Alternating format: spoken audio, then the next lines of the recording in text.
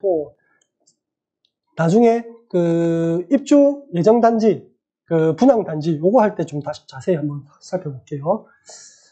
자, 우리 전국 그 미분양 현황을 끌고 왔는데 왜 이걸 봤냐면 가장 대구의 핫한 키워드 미분양인 것 같아요.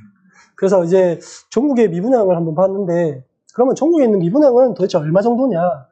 10년간의 우리가 미분양을 봤을 때, 자, 지금은 어떻습니까? 별로 많은 것 같지 않죠, 그죠? 그렇게 많지는 않아요, 그죠? 그래서 그렇게 많지는 않은 상황에서 우리가 미분양을 전국적으로 좀 지금 조심해야 되는 상황인지 이걸 한번 보는 거예요. 그래서 전국에서는 지금 10년간 데이터를 봤을 때는 미분양이 많지는 않다. 그래서 전국 대세 하락으로는 이어지지는 않을 것 같다. 이걸 먼저 염두에 두고 우리가 시작을 해보겠습니다. 그래서 전국의 미분양이 그러면 어디가 많냐? 보니까 광양시가 비율로 따지면 1등이에요. 광양시가. 그리고 2등이 대구 동구, 그 다음에 거제, 김천, 제주, 쭉쭉쭉 오고, 그 다음에 이제 대구 중구도 이렇게 오네요. 사실 거제, 김천, 제주 이런 데는 좀 쌓인 거예요.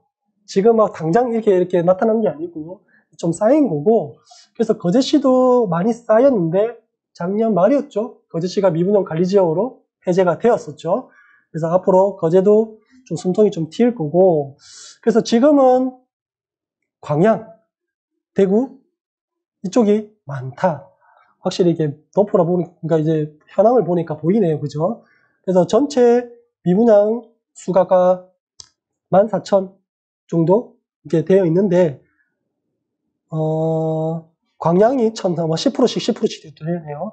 그래서 거진 대구 동구가 1200대 지금 되고 있고 중구가 한 300대 이렇게 됩니다. 세종시를 왜 가져왔냐면 우리가 대구의 키워드는 미분양이지만은 많이들 걱정하시는 것들은 그러면 대구도 세종처럼 하락을 할 거냐 말 거냐 이런 기로에 고민에 그리고 궁금증에 이렇게 서 있는 분들이 굉장히 많을 거란 말이죠. 그래서 제가 세종 멀티 차트를 한번 가져왔는데 세종은 확실히 하락입니다. 그죠? 시세가 꺾였어요. 하락을 하고 있습니다. 그죠? 그래서 시장 강도도 이미 바닥을 마이너스를 쳤어요. 그래서 여기는 하락이 맞아요. 그죠? 그래서 매수 매도 심리도 매수가 제로예요. 살 사람이 없다는 얘기죠. 그죠?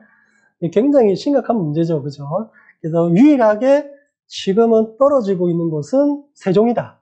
완벽하게, 확실하게. 요거를 이제 보여드리기 위해서 세종 멀티 차트를 가져왔고요. 거래량과 입주, 미분양 이런 것들을 한번 보니까 떨어지고는 있는데, 그래서 거래량도 완전 바닥을 쳤어요. 전월세 거래량은 꾸준히 내린 거니까 이제 논외고, 매매 거래량은 이제 평균 이하로 완전히 내려앉았고, 입주 물량은 올해부터 적정 수준입니다. 그죠? 그래서 이런 것들도 좀 참고하고, 더 참고해야 될 게 미분양입니다. 아니, 떨어지면 뭔가 우리가 신호라는 게 있잖아요. 어떤 신호냐? 심리가 죽었다든지, 아니면 입주가 많다든지, 미분양이 쌓인다든지, 이런 것들이 있어야 된다는 거죠. 그럼 세종은 뭐예요? 하락은 하고 있어요. 심리는 지금 매수는 0이지만은 입주가 적정해요. 공급 과잉은 아니에요. 그렇다고요? 미분양이 쌓인 것도 아니에요. 미분양이 이 정도면 없다고 봐야 돼요. 꾸준하게 없었어요. 그죠? 그럼 왜 하락했냐? 단순하죠. 너무 많이 올랐어요. 그죠? 가격 조정을 받는 겁니다. 그죠? 그러니까 그런 의미에서 세종은 다른 요인이 없다. 너무 많이 올라서 그런 거구나. 우리가 그 대장님이 항상 말씀하시잖아요. 지역을 볼 때는 뭘 봐야 되냐? 수요와 공급. 이것만 봐도 되냐? 아닙니다. 가격도 봐야 됩니다. 그래서 수요와 공급이 많고 적고도 중요하지만은 가격이 얼마나 올랐고 덜 올랐고 많이 올랐고 이런 것들도 우리가 눈여겨봐야 된다는 거죠. 세종은 가격이 많이 올라서 하락을 하고 있지만은 하락 요인인 공급, 미분양 이런 것들은 없다. 이런 것을 보고 참고하고 우리가 이제 대구를 봐야 되는데 보기 전에 광량을 한번 볼게요. 광량도 미분양이 막 쌓이고 있습니다. 그죠? 그래서 시세는 뭐 우리가 소도시이기 때문에 그렇게 큰 시세의 흐름은 없어요. 하지만 강도는 지금은 뭐 마이너스는 아니잖아요. 그죠? 근데 보니까 거래량도 뭐 죽었고, 근데 물량이 많아. 미분양도 쌓여. 아, 얘는 이런 요인들이 있기 때문에 광량은 하락을 할 요인이 굉장히 클 수도 있다. 지금은 뭐 조금 이제 조정 단계인 것 같지만은 굉장히 크다. 얘네들은. 그런 걸 감안하면서 우리가 이제 대구를 봅시다. 대구를 보자고요. 미분양은 점점 이렇게 뭐 쌓이고 있는 느낌입니다. 지금 잘 안 보시겠지만 이렇게 가다가 좀 이렇게 되고 있어요. 이렇게. 그죠? 이렇게 좀 쌓이고 있어요. 아직까지는 예전에 비하면 심각한 수준은 절대 아니죠. 그죠? 과거에 하락했던 시절에 그 미분양은 아닙니다. 아닌데 뭔가 좀 신호를 주고 있는 그런 느낌? 그런 느낌은 좀 받아요. 그죠? 이런 느낌은 받고 전체 미분양은 2000세대 정도, 뭐 조그만 거 다 합쳐가지고 2000세대 정도 여기 된다 봅니다. 어떤 시그널을 좀 주고 있는 것 같기도 해요. 그래서 이제 그러면 이제 구별로 보니까 뭐 다른 거는 사실은 거의 뭐 걱정할 수준은 아니에요. 뭐 몇십, 몇 이렇게 되니까 문제는 이제 동구하고 중구입니다. 동구하고 중구를 보니까 동구는 뭐 1200. 아, 이거는 숫자를 떠나서 보니까 올라왔어요. 그죠? 예전에 좀 심각했던 그런 시기까지 왔단 말이에요. 그럼 이건 얘는 동구는 심각한 건 맞아요. 그럼 중구는 아니에요. 아직까지. 그죠? 아닌데 좀 뭔가 신호를 주고 있는 것 같아요. 뭔가 자꾸 신호를 주고 있는 것 같아요. 그 신호가 우리가 알아들을 수 있을지 안 될지는 우리가 좀 판단해야 되는 거고, 일단 그렇다는 얘기입니다. 자, 그러니까 미분양 현황을 보니까 이렇게 쭉 이렇게 있습니다.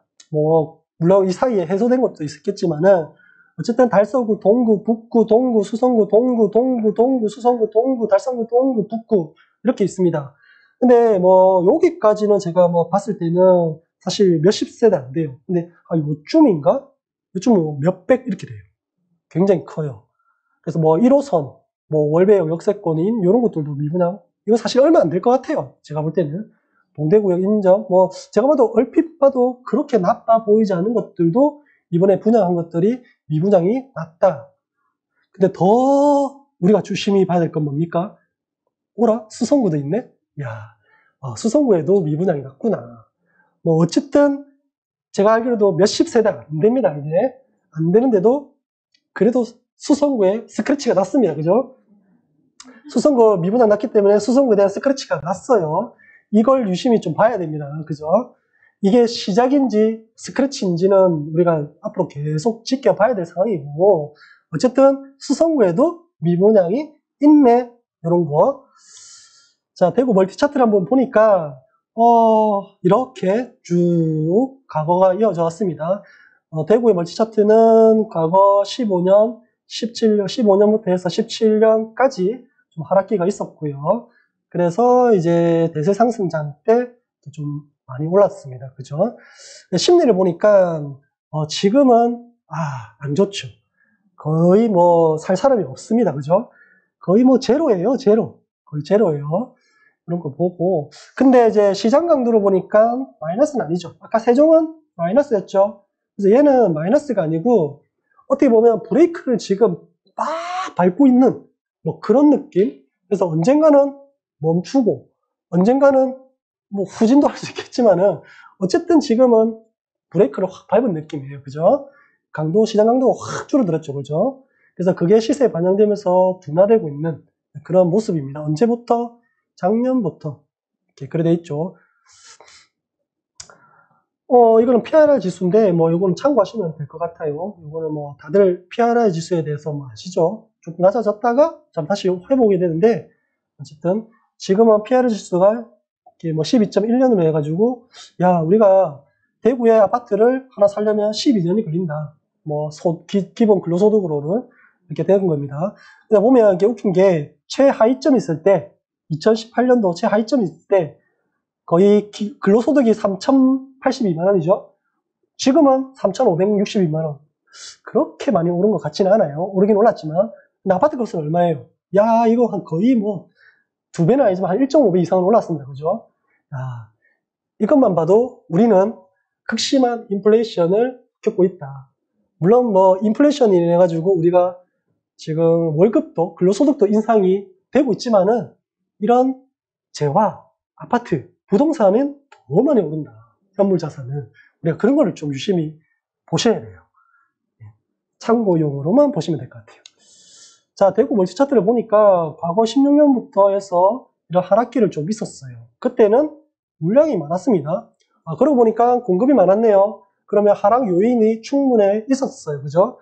구체적으로 미분양이라든지 뭐 이런 것들도 봐야겠지만 어쨌든 공급만 봤을 때는 우리가 하락 요인이 있었다.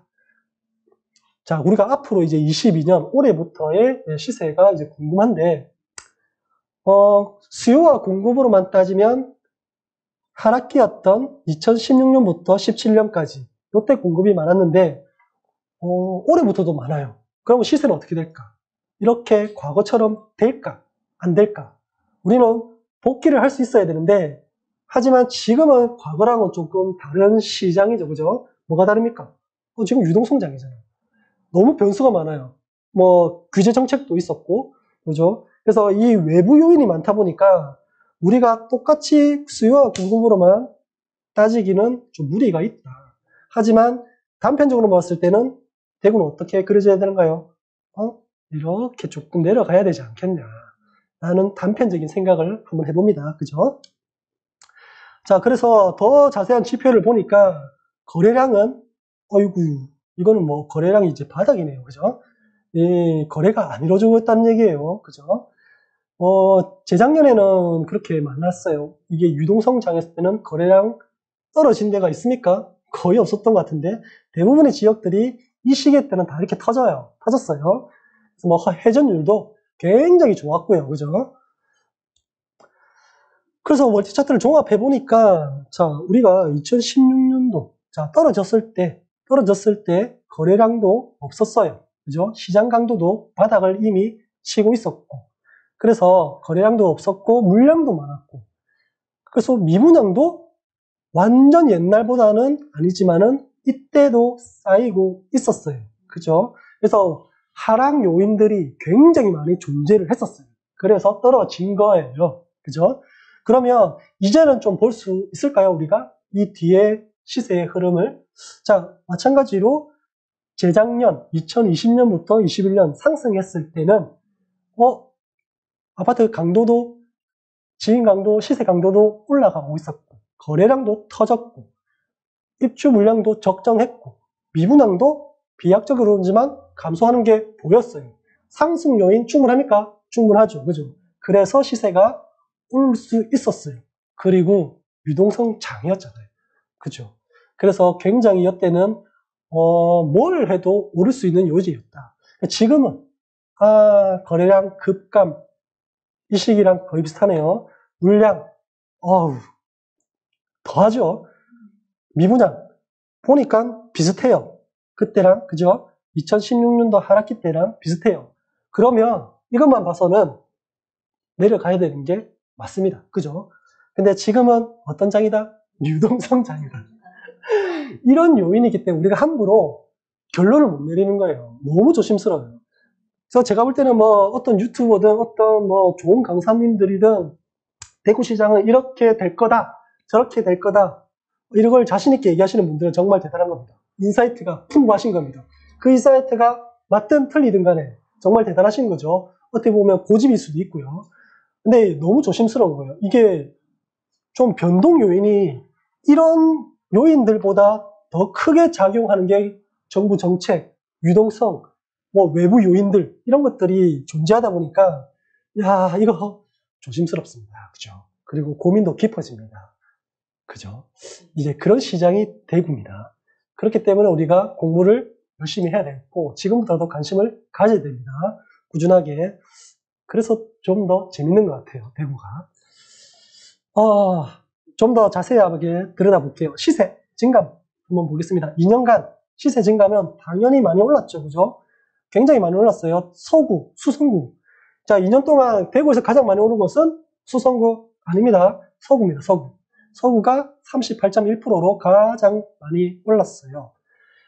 여기 앞에는 뭐냐면 이것도 분인데 현재 시세 증감률은 2분이고요. 지금 여기 분위는 이 시세, 여기는 증감률이고 이 분위는 시세입니다. 혼돈되면 안 됩니다. 서구는 시세로만 보면 2분위, 4분위. 하지만 시세 증감률로 따지면 2년간 1등, 5분위. 이런 겁니다. 헷갈리면 안 됩니다. 그래서 가장 많이 오는 것은 서구였고요. 수성구입니다. 그 다음에 달서구였고, 그 다음에 남구, 중구 뭐 이렇게 가는데 동구, 북구, 달성구 뭐 이런 식이네요. 북구가 참 그렇죠. 제일 가격도 싸고 그죠. 증감도 제일 작고 참 어떻게 보면 북구에서 그러니까 대구에서는 가장 서민적인 구다, 지역이다 이렇게 보시면 될 것 같아요. 자, 시장 강도 증감을 보니까 어디가 덜 떨어졌나? 작년 한 해 보니까 전부 다 마이너스죠. 작년 한 해는 대구는 안 좋았어요. 그죠? 안 좋았는데 어디가 많이 올랐냐가 아니고 어디가 덜 떨어졌냐 이겁니다. 당연하게 우리가 원인 관계만 보면 많이 오른 데가 당연히 많이 떨어지죠. 그죠? 그래서 보니까 많이 떨어진 곳은 굉장히 많이 떨어진 것은 달서구와 수성구입니다. 그죠? 보니까 수성구 많이 올랐죠. 달서구 많이 올랐어요.